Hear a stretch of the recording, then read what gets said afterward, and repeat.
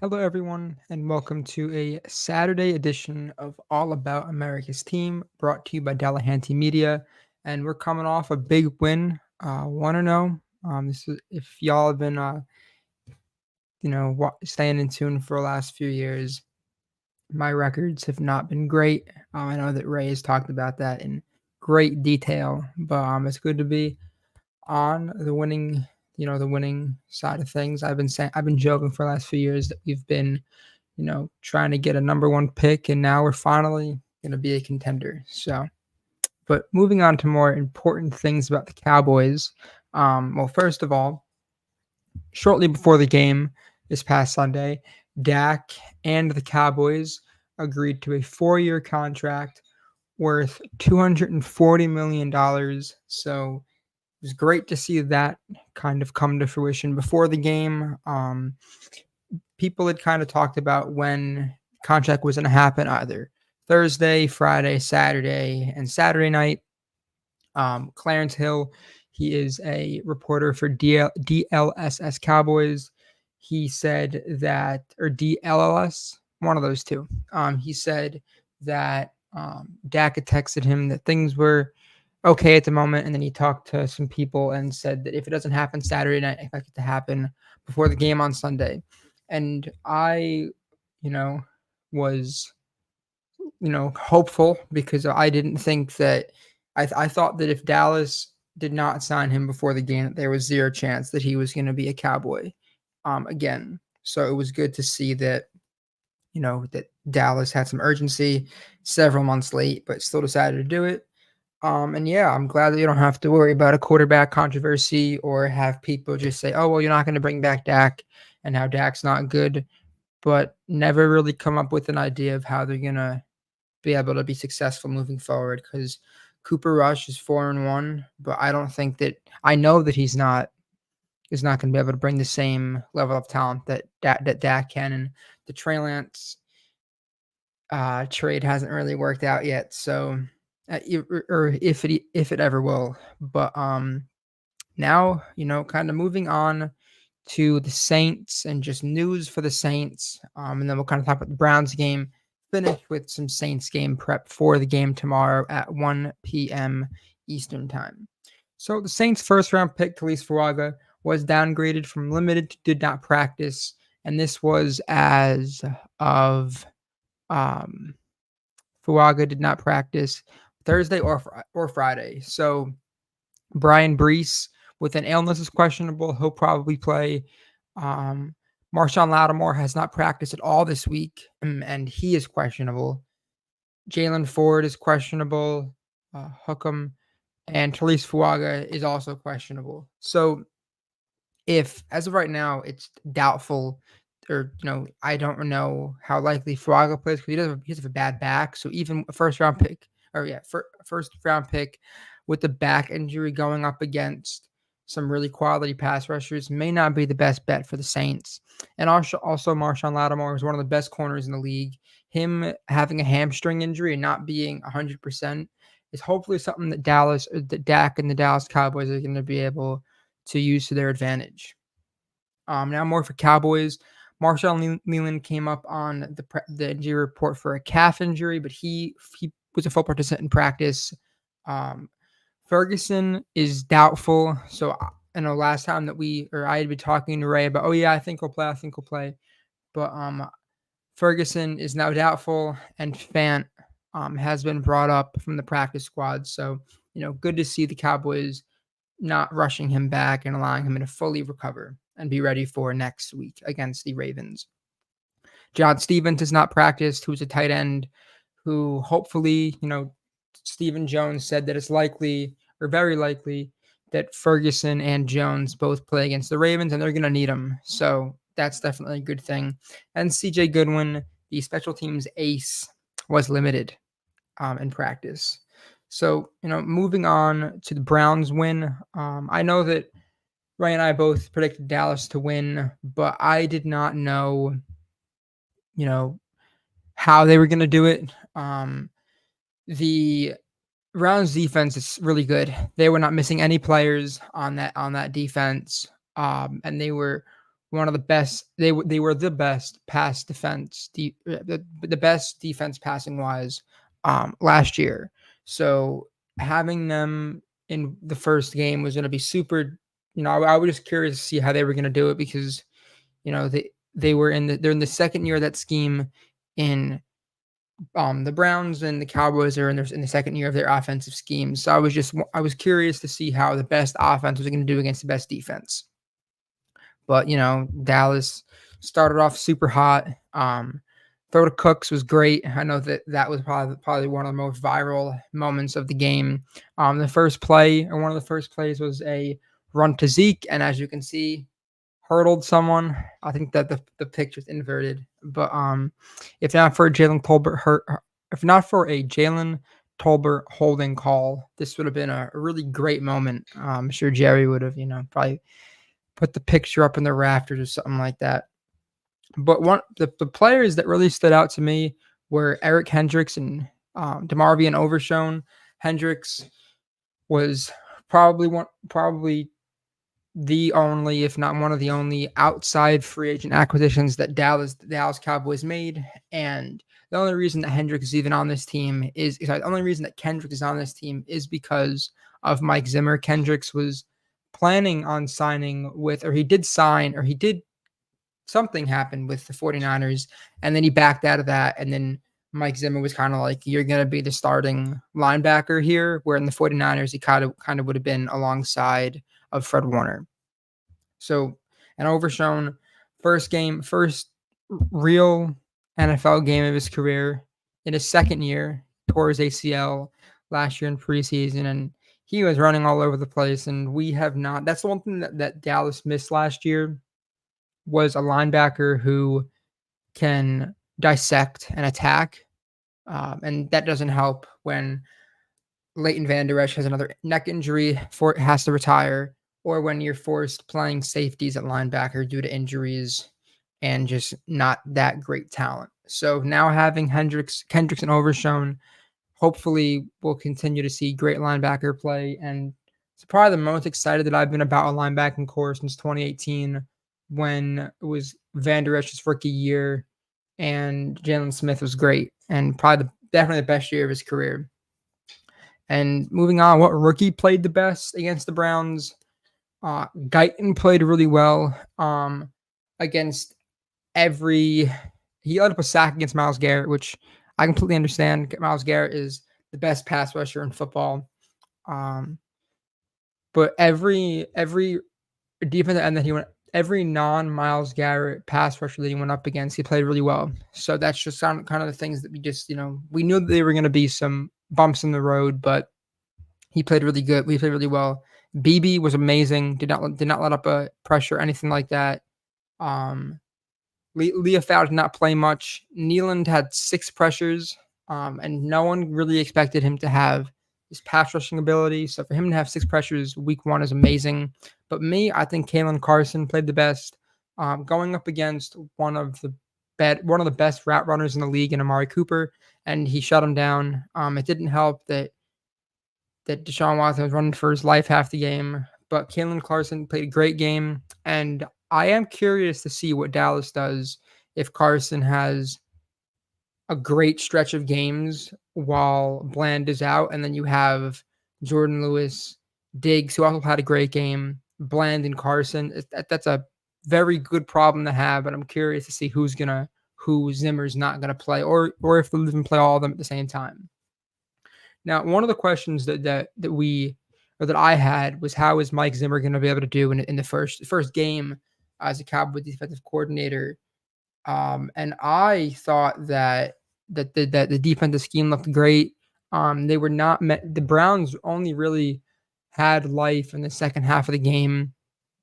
I thought that the defense was the main reason why they won the game.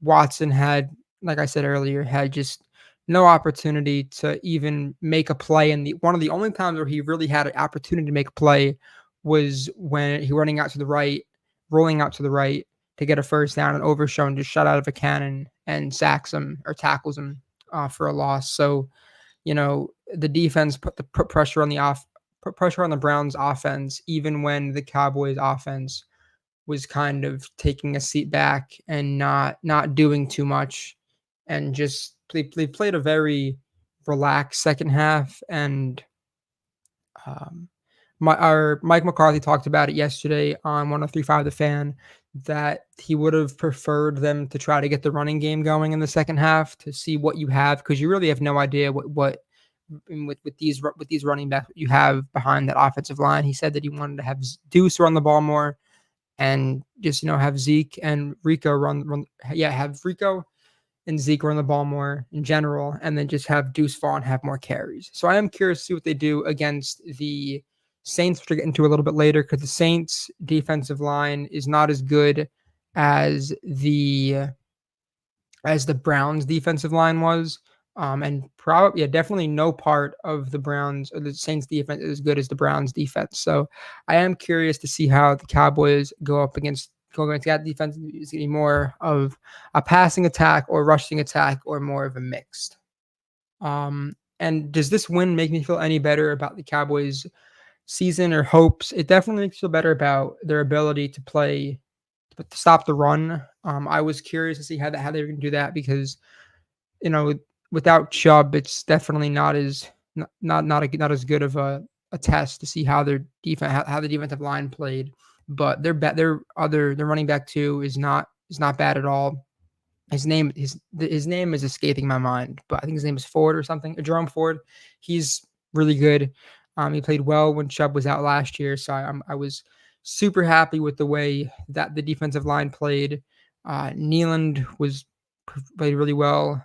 Micah, obviously, Demarcus Lawrence, Jordan Phillips, Osa, Mozzie played well on the limited snaps that he had, and so did Linval Joseph. So just overall, the defensive line was great. And one way to tell when your defensive line is playing well is if your linebackers are playing well, because the defensive line is doing a really good job of not allowing the offensive line to get hands on the linebackers and having clear holes for the linebackers to attack the running backs and the quarterback. So just overall, I thought the game was great. And if I had to give a MVP of the game to anyone, it would definitely be D-Law. One of the critiques of D-Law's game has been his inability to get sacks. I know that earlier in his career, before he got his big contract, he had 2 years of 10 plus sacks, and since then, outside of the games against the Giants, against Neil, where he had 3 sacks, or this game where he has 2,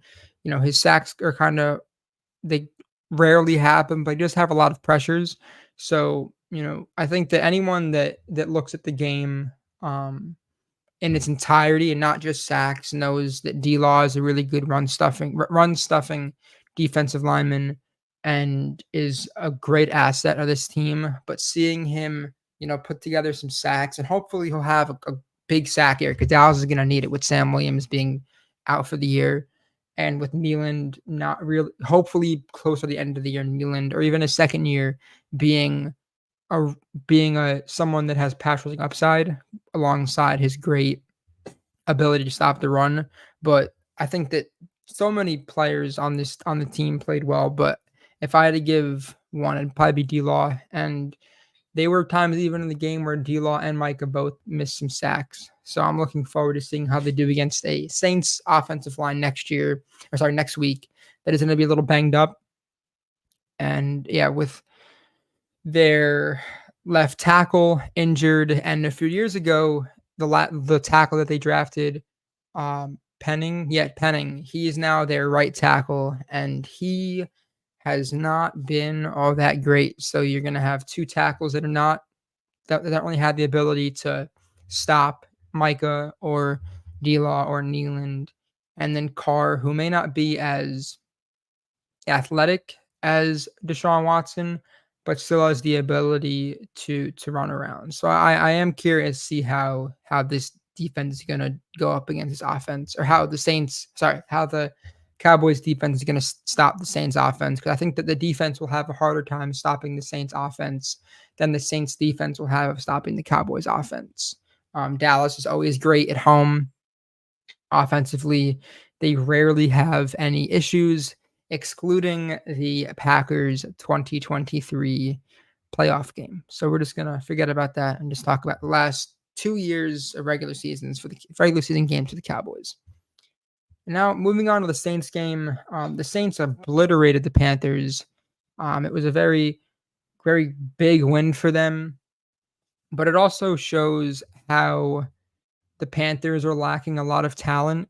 Um, when you give up that many first round picks or that amount of draft capital to get the first round pick, and there you don't have a lot of talent around him. You gave up DJ Moore to the Browns to move up to number one. You traded McCaffrey a few years ago. You just traded Brian Burns. When you deplete your team and rely on a quarterback who hadn't really shown much in the league, it's going to be super difficult for the team. Now, I'm not sure if the Panthers are going to try to build around him because next year they're finally going to have a first round pick that they can hopefully spend on some offensive linemen or some weapons, or if they'll just move on from Bryce Young and get another or try to draft another quarterback this year. So that's a team that I'm curious to see what they do. Adam Thielen in the later part of his career. I wonder, hopefully Adam Thielen can get the best or can play well. Yeah, just hopefully the Panthers can win a few games. But it was not a great showing for them against the Saints this past week. And what will Dallas need to do to beat the Saints? They're definitely going to have to stop the run. Let me just pull up the stats real quick. I should have had this before, but I forgot to. So the Saints, one moment. The Saints had 180 yards on rushing wise and 100 and 200 passing yards with Derek Carr. There was the big 59-yard touchdown to Rashid Shaheed. Alvin Kamara had 15 carries for 83 yards and also had 5 catches for 27 yards and went 19 for 23 with 3 touchdowns and was only sacked once. Chris Olave did not have much production in this game. Foster Moreau had a lot of production, 4 catches, 43 yards and a touchdown. Juwan Johnson had a touchdown, so did Shaheed. Taysom Hill, 5 carries, 35 yards. Taysom Hill will always have some type of role. But I know that the Saints will try to get Olave the ball more this game, and that's going to be up to Diggs or Carson to be able to negate that.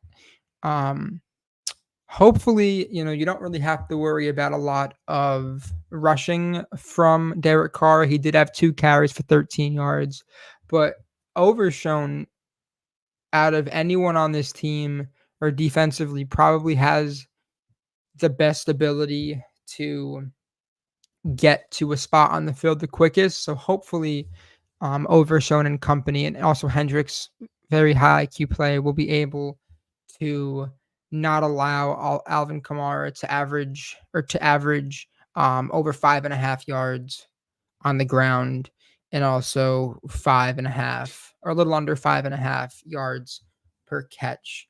But I think that Dallas will need to stop the Saints rushing attack. And if you can stop them, then they become more one-dimensional, and you have to stop the run to be able to allow your pass rushers to be able to get home. So if you stop the run, then Michael Parsons and company can, with the Saints kind of beaten up offensive tackles, be able to get home and negate the Saints passing attack. Now, does Kamara or Carr scare me more when looking at the Saints offense? Definitely Kamara. Kamara, if you have Kamara in fantasy or ever faced Kamara in fantasy, you just know that he will get a bunch of dump off passes. And if you play in a PPR league, it's a recipe for disaster. But outside of fantasy, Kamara is the option that, he can but like I said earlier, he can catch the ball, and is very effective catching, and he also run the ball really well.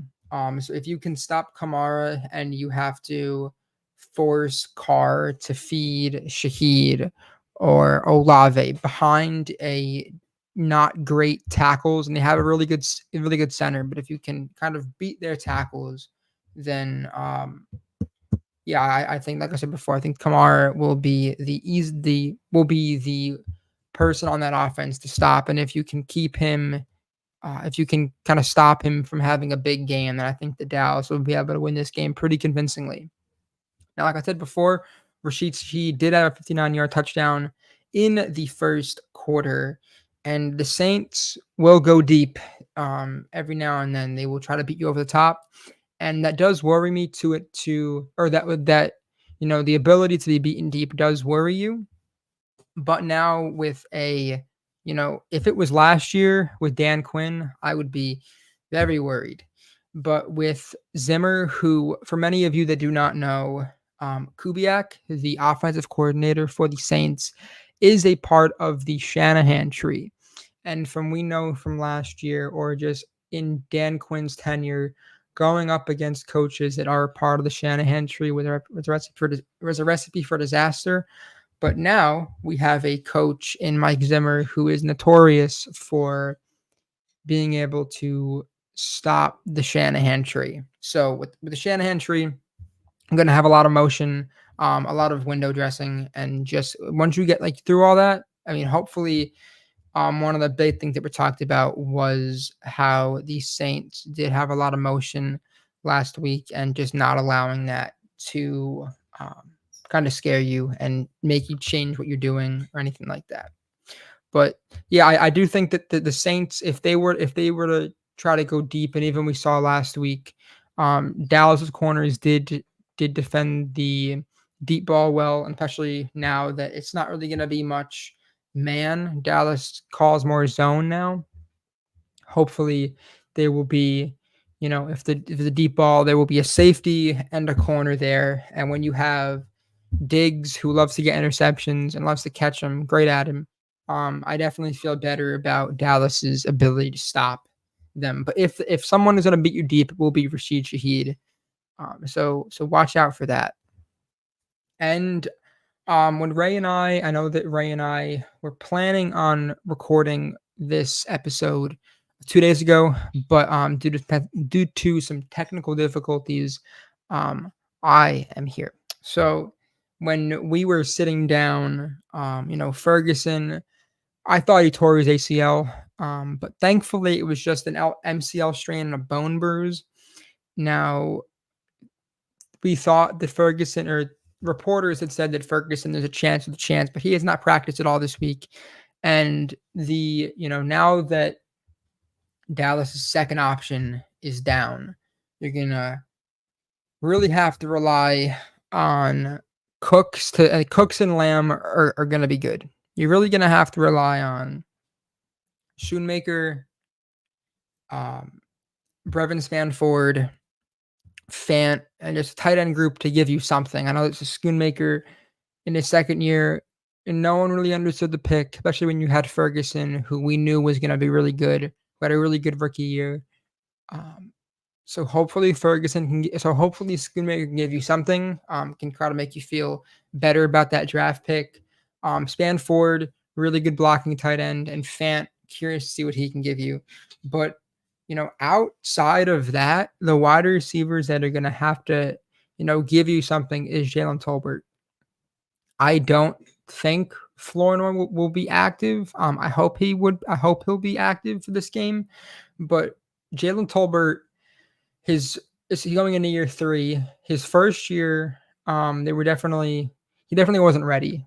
Now going into his second year, we're like, okay, hopefully he can give you something. And he was definitely better. He wasn't great, but he was definitely more active than he was his first year. And now going into year 3, throughout the training camp, everybody was like, he had the best camp, especially with Lamb being out and Tolbert having to go into that wide receiver 1 role in camp. Everyone said that was at camp, said that he was great. And I think that just we as a fan base, at least I like Tolbert. I know that there are some people that want to get rid of him. But I think that over the next stretch of games, for if Ferguson is out for one game, that'd be perfect.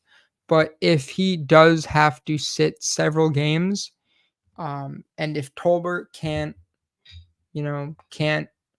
give you 3 to 4 catches a game for, a substantial amount of yards, then I think that it will be time to finally. Then I think you have to put Tolbert in one of those positions, those spaces where there have been a lot of great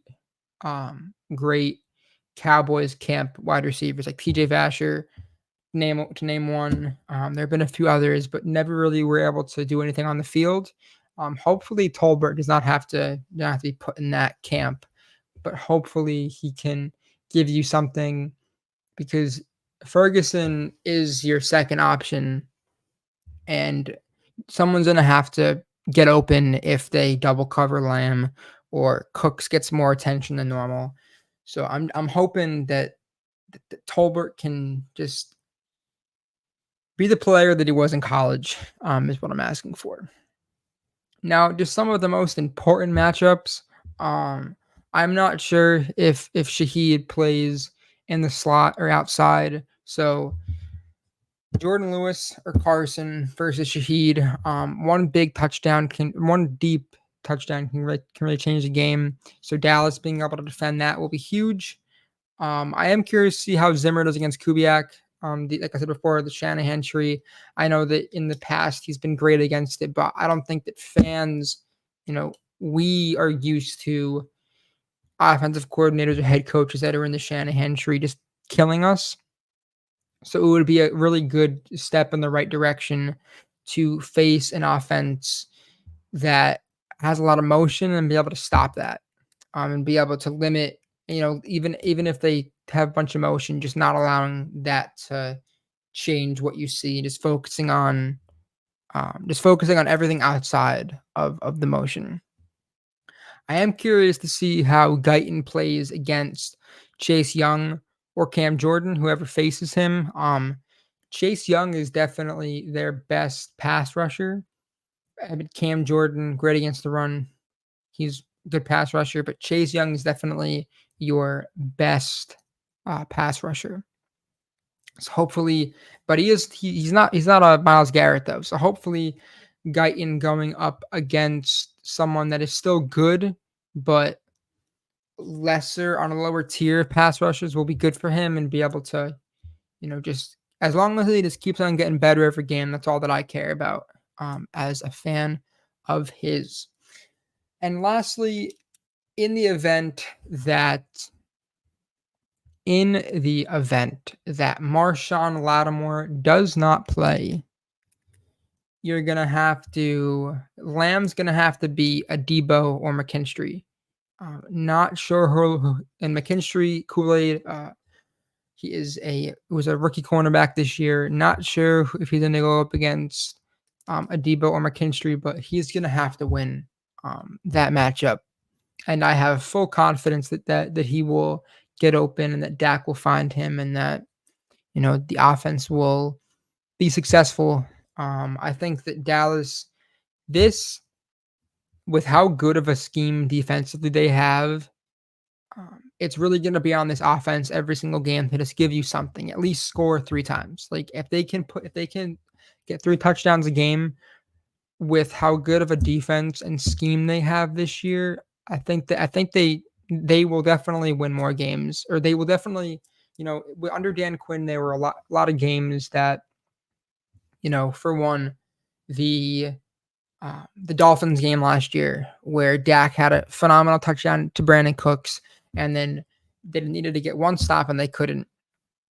There is always a game like that, and maybe even several of them. But I think under Zimmer, those games will not happen. Hopefully, will not happen at all. And I wish that there were more weapons offensively on this team. Maybe another, hopefully Tolbert can step up into that role and be a weapon, or if there was a running back that you felt more confidently about.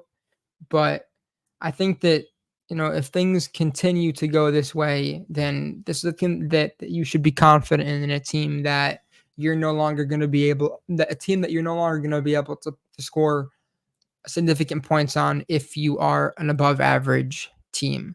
Because last year, above average offense. Because last year, Thursday night football game against the Seattle Seahawks, you were just begging Dallas to get a stop. And when Deron Bland caught the interception, I think that eased a lot of people's nerves because you you couldn't stop that offense. And you know we thought that was going to be a game where Dak and the offense played amazingly, and it was going to be a loss. And people were like, "Oh well, Dak can't beat good teams." So I hope that this year that any offense that is above or average to above average, that Dallas's defense will be able to stop them in some capacity. And even Drew Brees was talking about it on a podcast in the last 48 hours that the defensive coordinator that gave him the most stress during the week of having to prepare for was Zimmer.